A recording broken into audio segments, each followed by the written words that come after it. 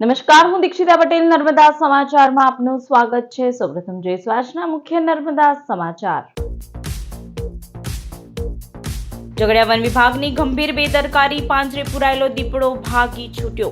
નજીકની સોસાયટીમાં ઘૂસી કામ કરતી 2 મહિલા ઉપર દીપડાનો હુમલો. ભરૂચ જિલ્લાની ન્યાયાલયોમાં 20,549 કેસોનો નિકાલ, ₹22.33 કરોડનું સમાધાન. વર્ષ 2026ની શનિવારે યોજાયેલી બીજી નેશનલ લોક અદાલત.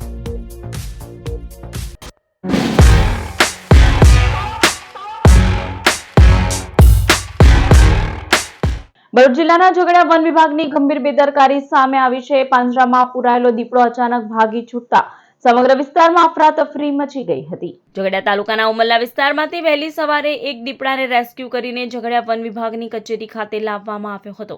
દીપડાને પાંજરામાં રાખવામાં આવ્યો હતો, પરંતુ વન વિભાગની ગંભીર બેદરકારીના કારણે તે પાંજરામાંથી ભાગી છૂટ્યો હતો. દીપડો ભાગતા કચેરીની બાજુમાં આવેલી રહેણાંક સોસાયટીમાં ઘૂસી ગયો હતો, જેના કારણે સ્થાનિકોમાં ભય અને અફરાતફરીનો માહોલ સર્જાયો હતો. આ દરમિયાન કામ કરી રહેલી 2 મહિલા મજૂર પર દીપડાએ હુમલો કર્યો હતો, જેમાં બંને મહિલાઓ ઈજાગ્રસ્ત થઈ હતી. ઈજાગ્રસ્ત મહિલાઓને પ્રથમ ઝઘડિયાની સરકારી હોસ્પિટલ ખાતે સારવાર માટે ખસેડવામાં આવી હતી.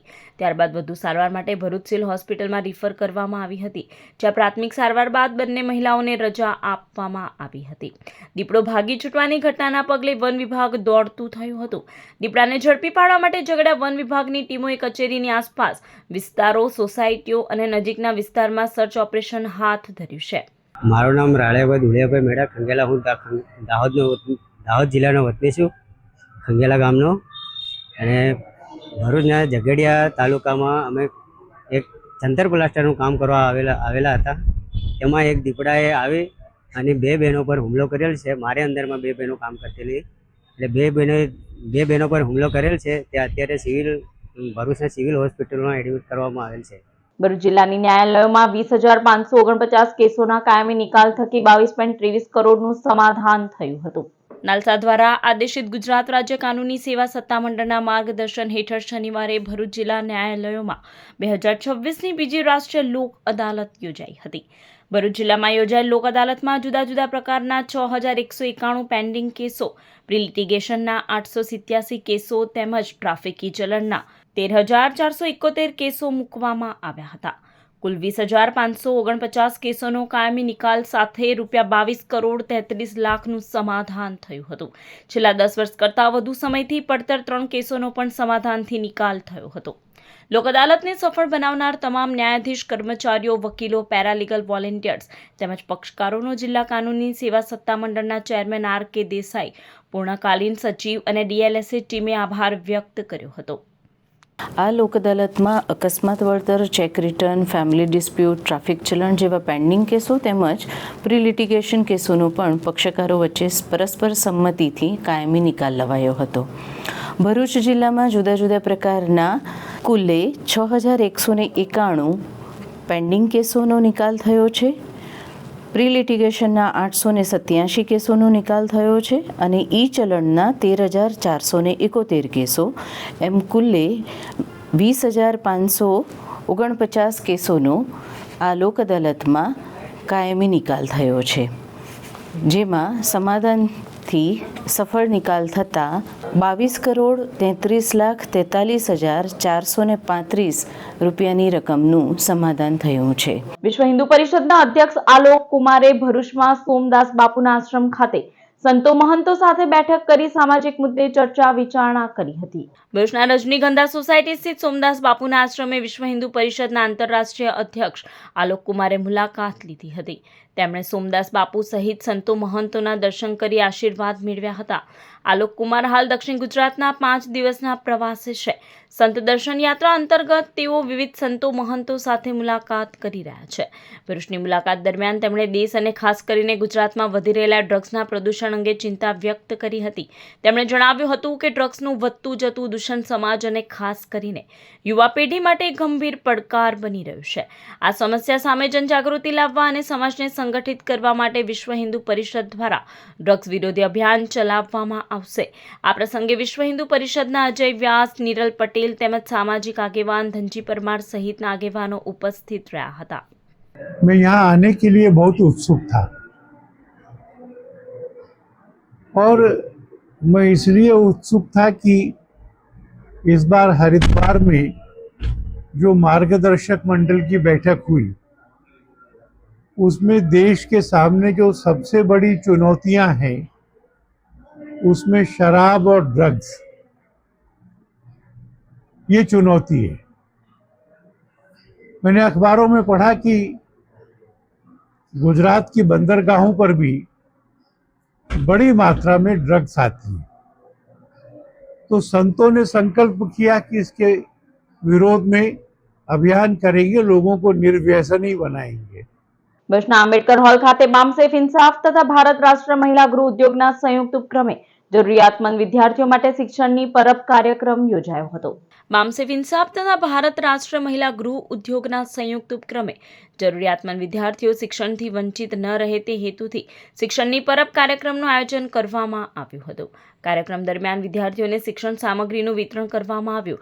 આ કાર્યક્રમ માટે Narayan charitable trust, Filatex India limited, Anilbhai Vasava તથા રમણભાઈ પરમાર દ્વારા શિક્ષણ સામગ્રીની વ્યવસ્થા કરવામાં આવી હતી। કાર્યક્રમના અધ્યક્ષસ્થાને બામસેફ ભરૂચ જિલ્લા પ્રમુખ સુષ્માબેન વસાવા ઉપસ્થિત રહ્યા હતા।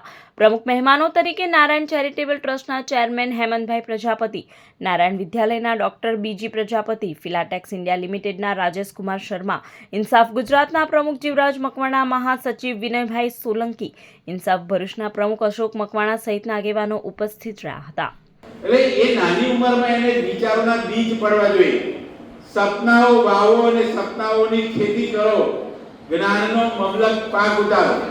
આપણે બાળકોને સારા સપનાઓ અને સારા વિચારો આપવા જોઈએ, પણ મોટાભાગે ઘરેથી ઘણીવાર તારી મારી મળે અને એટલે આની જોડે બોલવાનું, આની જોડે નહીં બોલવાનું, આ આપણે તો બે આપી દેવાની। એટલે આ શિક્ષણ ઘરેથી મળે તો પછી સ્કૂલમાંથી ભણાવેલું બધું જ સાફ થઈ જાય છે। इन्होंने ये नोटबुक हमें इधर डोनेशन में दी है। ऐसे ही हमारे हेमंत भाई प्रजापति मेरे साथी मित्र और अच्छे बिल्डर भरूच के विकास के करता धरता थे उस समय में, मान्यवर जेडी पंचाल साहब, जिन्होंने मेरे एक फॉर्म के ऊपर मैंने बोला भाई ऐसा ऐसा हमें प्लान है, तो उन्होंने बोला मेरी ओर से 3000 5000 जो नोटबुक चाहिए आप प्रिंट करा लो, हम पैसा दे देंगे।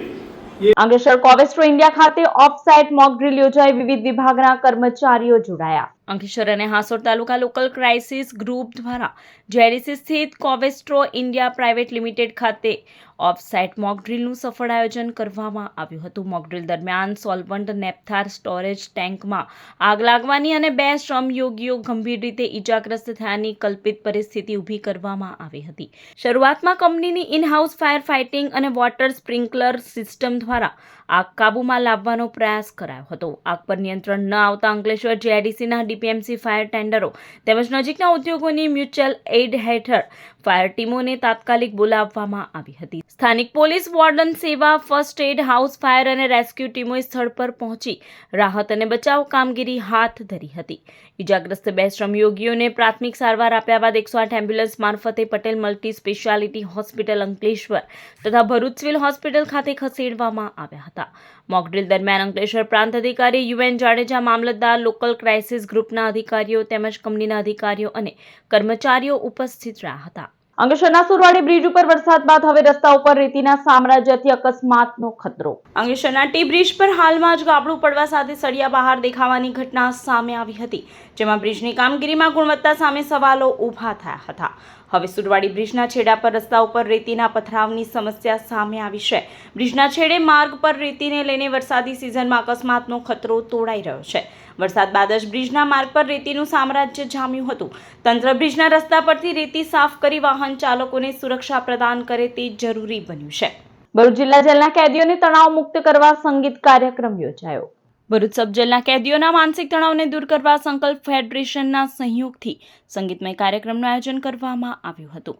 કાર્યક્રમમાં જેલ ઇન્ચાર્જ અધિક્ષક એનપી રાઠોડ, સંજય તલાટી, અન્ય સભ્યોની ઉપસ્થિતિમાં 45 વર્ષોથી સંગીતને સમર્પિત તેવા મુકેશ ખન્ના તથા દીપક ઉપાધ્યાયે ફિલ્મી ગીતોના સૂર અને સંગીતના તાલે જેલનું વાતાવરણ જીવંત બનાવ્યું હતું, જેમાં જયેશ શાહ, રશ્મિ કંસારા, જનક ઠક્કર, પ્રકાશ કનોજિયા, જીતેન્દ્ર પટેલ વિશેષ ઉપસ્થિત રહી કાર્યક્રમને સફળ બનાવ્યો હતો. भारत देश मेरा, ओ भारत देश मेरा.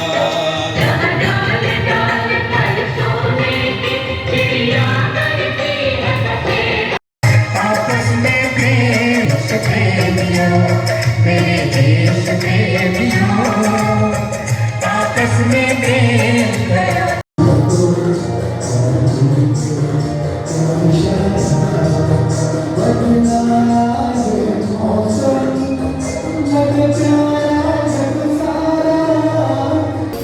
तारों में सज के अपने सूरज से देखो धरती जली मेरे. तारों में सज के જોલવાની ફિલાટેલ્સ કંપનીમાં ઇટલીથી આવેલા 1.55 લાખના સામાનની ચોરી. જોલવા ખાતે આવેલી ફિલાટેલ્સ કંપનીમાં કેટોનિક પ્રોજેક્ટ બિલ્ડિંગમાં ઓટો પેકિંગ પ્રોજેક્ટનું મટીરિયલ્સ ઇટલીથી આવ્યું હતું, જેને કંપનીના કર્મચારીની હાજરીમાં ચેક કરી ફરી સીલ મારી પેક કરાયું હતું. જરૂર પડતા એક પેનલ બોક્સ ખોલતા તેમાંથી અલગ અલગ 7 મોડ્યુલર મટીરિયલ્સ ગાયબ હતું, જે અંગે કંપનીના અધિકારી સૂર્યકાંત યાદવે દહેજ પોલીસ મથકે કંપનીમાંથી જ 1.55 લાખના મટીરિયલ્સની ચોરીની ફરિયાદ નોંધાવી હતી. ઝઘડિયા જેસપોર કંપની નજીક 2 બાઇક સામસામે ભટકાતા 4 સંતાનના પિતાનું મોત, દંપતીને ઈજાઓ પહોંચી. ઝઘડિયા નિશાળ ફળિયામાં રહેતા હસમુખ વસાવા શનિવારે સાંજે તેઓની બાઇક લઈ જેસપોર શાકભાજી લેવા નીકળ્યા હતા. જેસપોર કંપની નજીક તેઓની બાઇક સાથે સામેથી આવતી બાઇકે અકસ્માત સર્જ્યો હતો. નેત્રંગના કોલિયાપાડાના વિનોદ વસાવા અને તેની પત્ની પ્રેમિલાબેન પણ અકસ્માતમાં ઈજાગ્રસ્ત થયા હતા.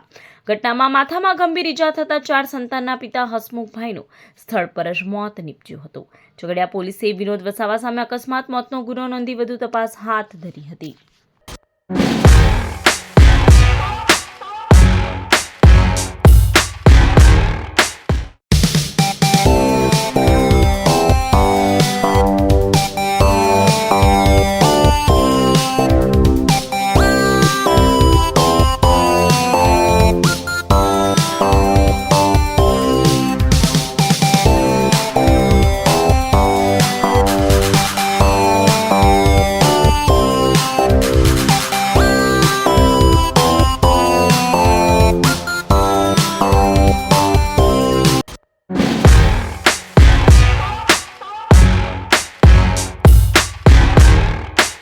સમાચાર પૂર્ણ કરતા પહેલા એક નજર મુખ્ય સમાચાર પર. ઝઘડિયા વન વિભાગની ગંભીર બેદરકારી, પાંજરે પુરાયેલો દીપડો ભાગી છૂટ્યો. નજીકની સોસાયટીમાં ઘૂસી કામ કરતી 2 મહિલા ઉપર દીપડાનો હુમલો. ભરૂચ જિલ્લાની ન્યાયાલયોમાં 20,549 કેસોનો નિકાલ, ₹22.33 કરોડનું સમાધાન. વર્ષ 2026ની શનિવારે યોજાયેલી બીજી નેશનલ લોક અદાલત. તો આ હતા અત્યાર સુધીના નર્મદા સમાચાર. વધુ સમાચાર સાથે ફરી મળીશું. નમસ્કાર.